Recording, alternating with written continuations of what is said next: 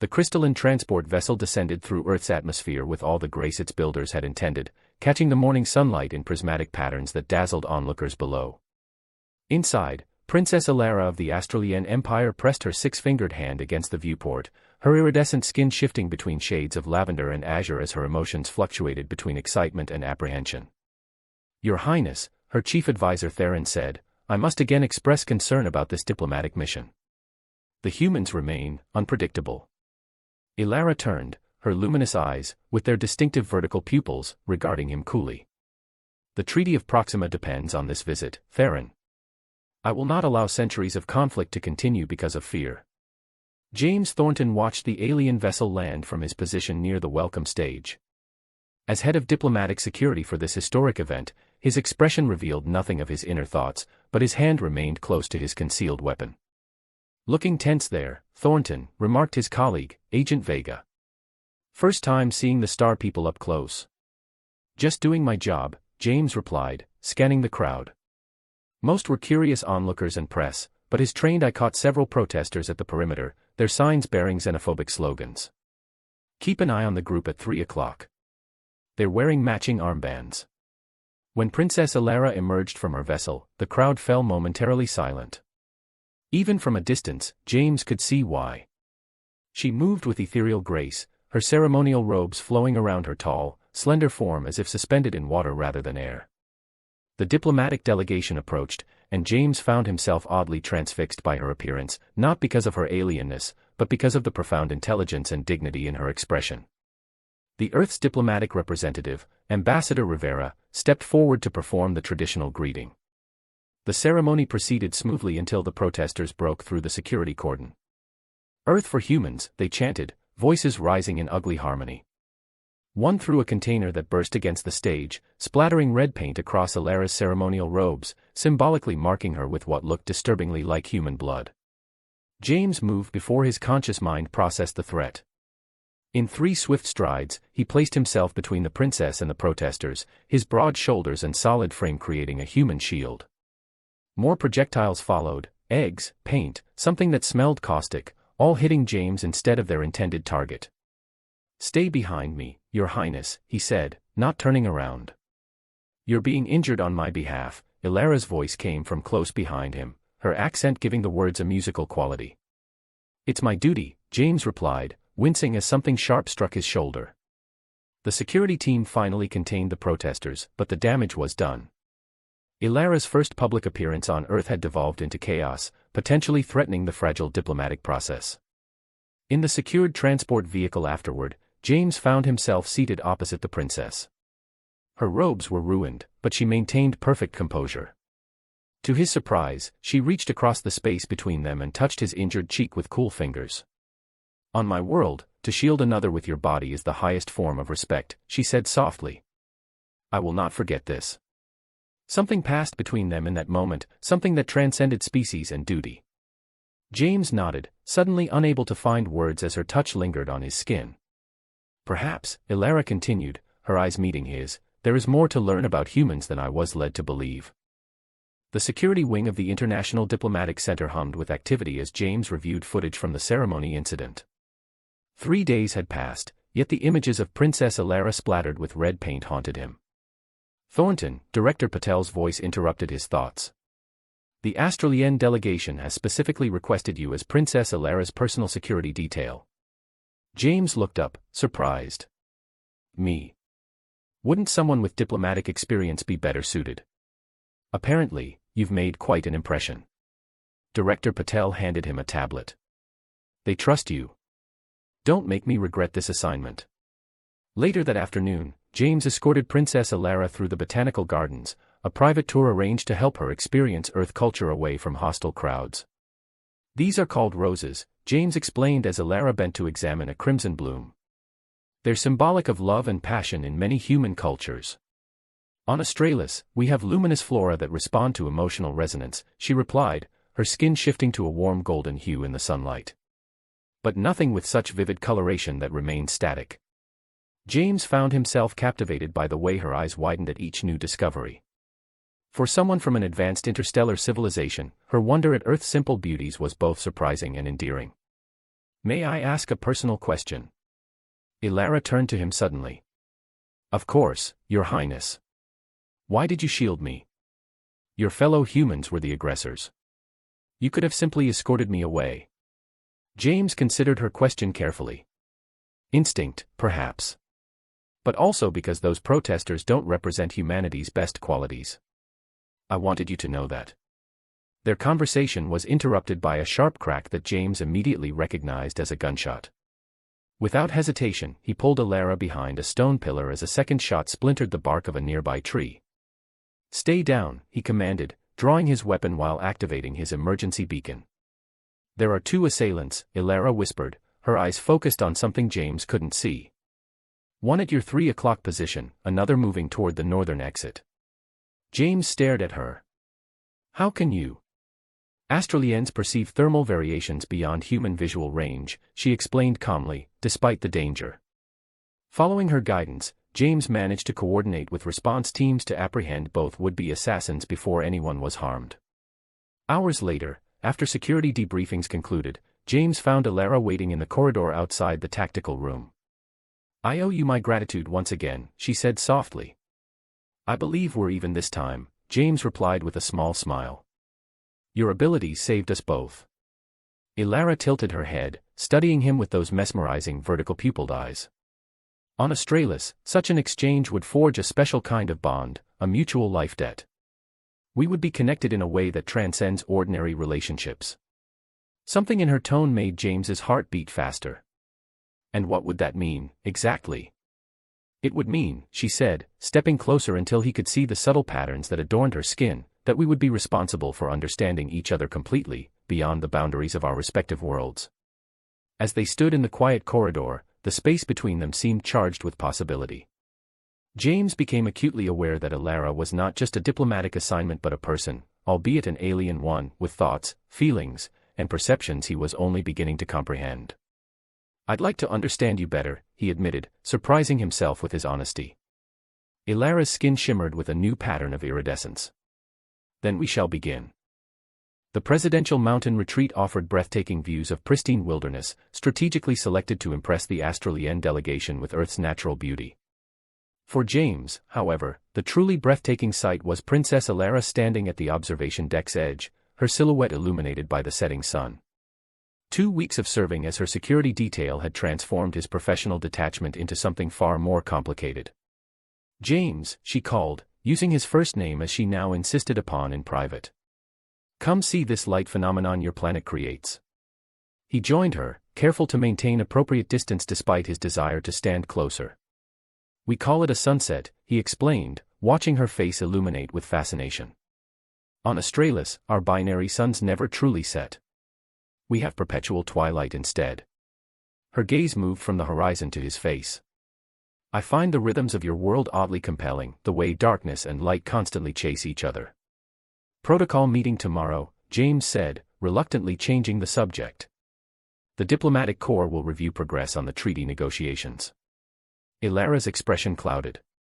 My royal advisors have expressed concern about the time I spend with you. Because I'm human. Because you're becoming important to me, she replied with characteristic directness. Royal attachments are meant to serve political purposes. Personal connections are discouraged. James felt his professional resolve weakening. The diplomatic security handbook doesn't exactly cover interspecies relationships either. Later that night, unable to sleep, James found himself walking the retreat's wooded paths. To his surprise, he encountered Elara doing the same, her natural bioluminescence creating a soft glow around her. I couldn't rest, she admitted. My mind is turbulent. They walked together in comfortable silence until reaching a small pond where moonlight reflected on still water. What was your life before diplomatic security? Elara asked suddenly. James rarely spoke of his past, but something about the quiet intimacy of the moment loosened his usual reserve. 8 years in special forces. 2 tours in conflict zones that officially didn't exist. I've seen humanity at its worst, and occasionally at its best. Is that why you seem to carry sadness within you? Her perception startled him. Perhaps.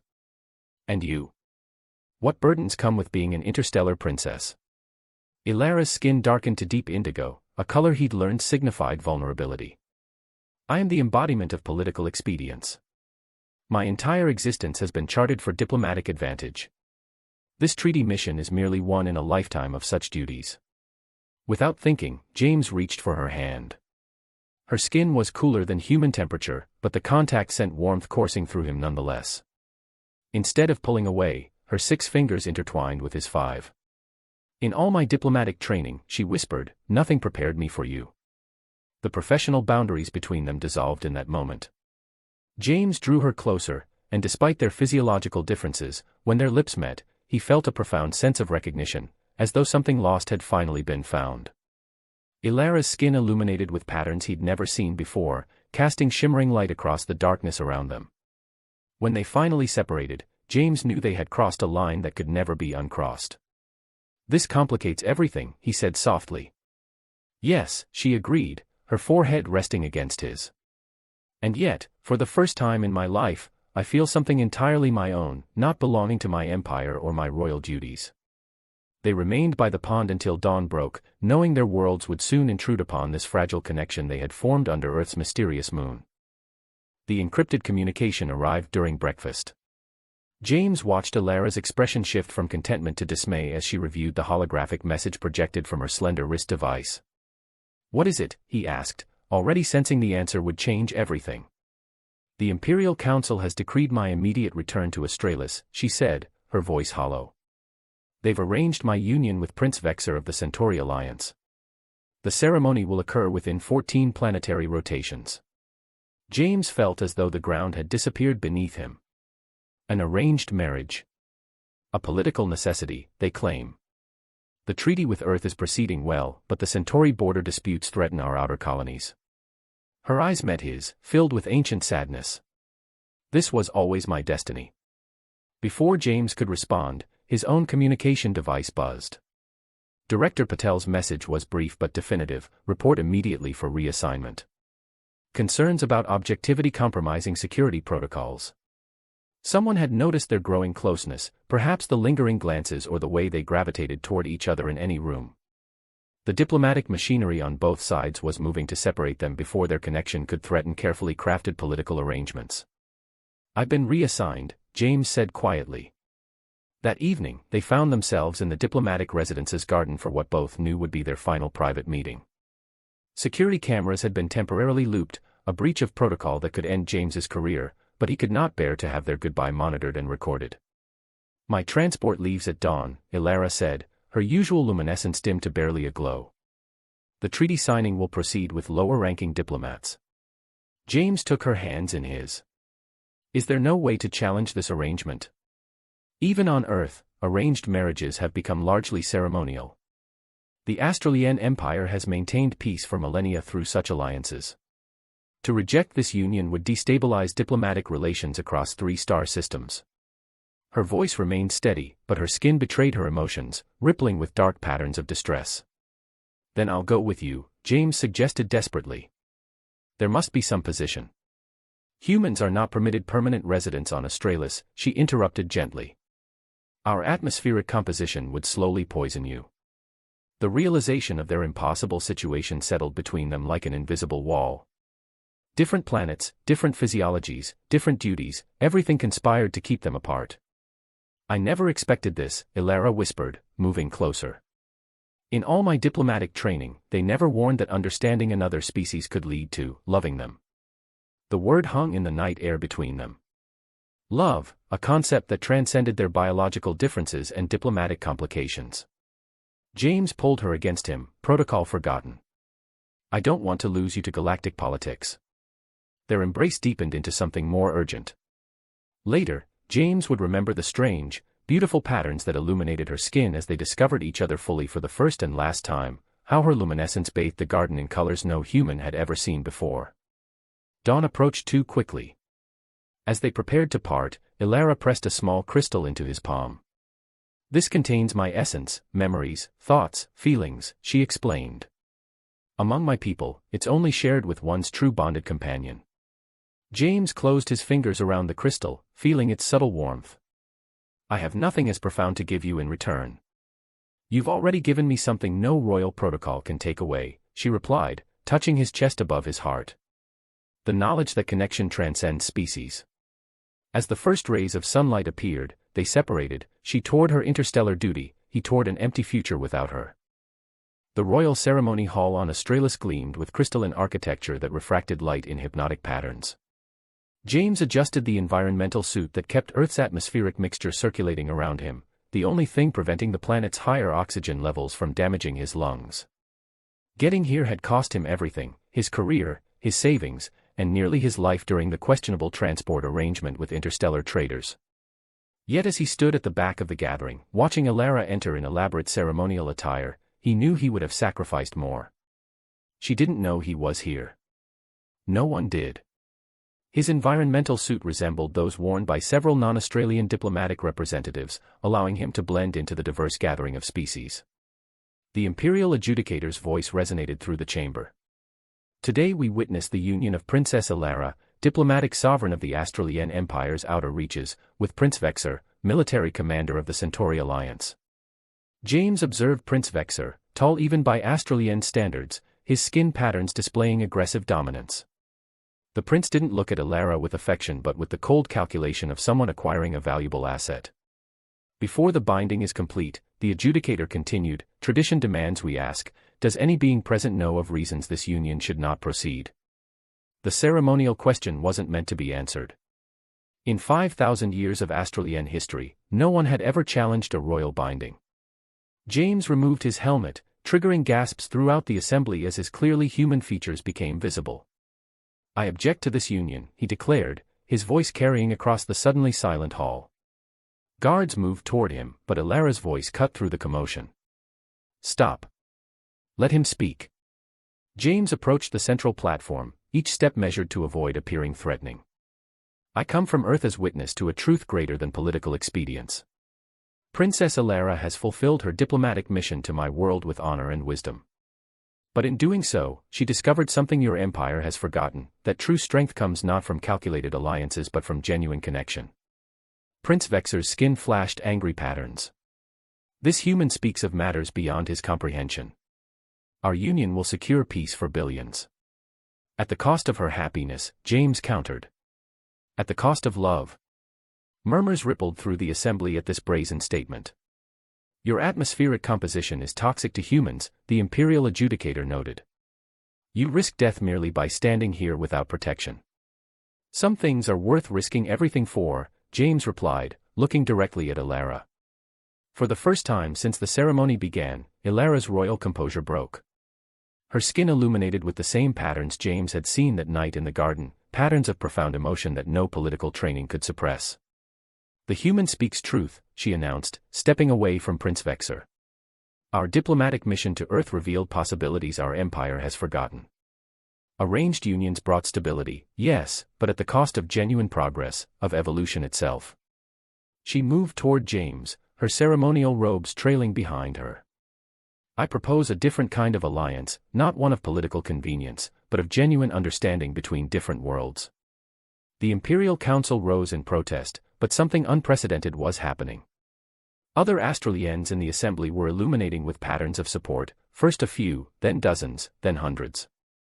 Our empire stagnates while we recycle the same diplomatic strategies, Alara continued. This human risked everything to stand before you today. What greater demonstration of commitment could there be? She extended her hand toward James, who took it without hesitation. I choose this path, she declared. Not as Princess Alara, but as simply Alara, an Australian who believes love transcends species, planets, and politics. As their fingers intertwined, 6 and 5, the assembly witnessed something revolutionary, the beginning of a truly new diplomatic era, founded not on calculated advantage but on genuine connection across the stars.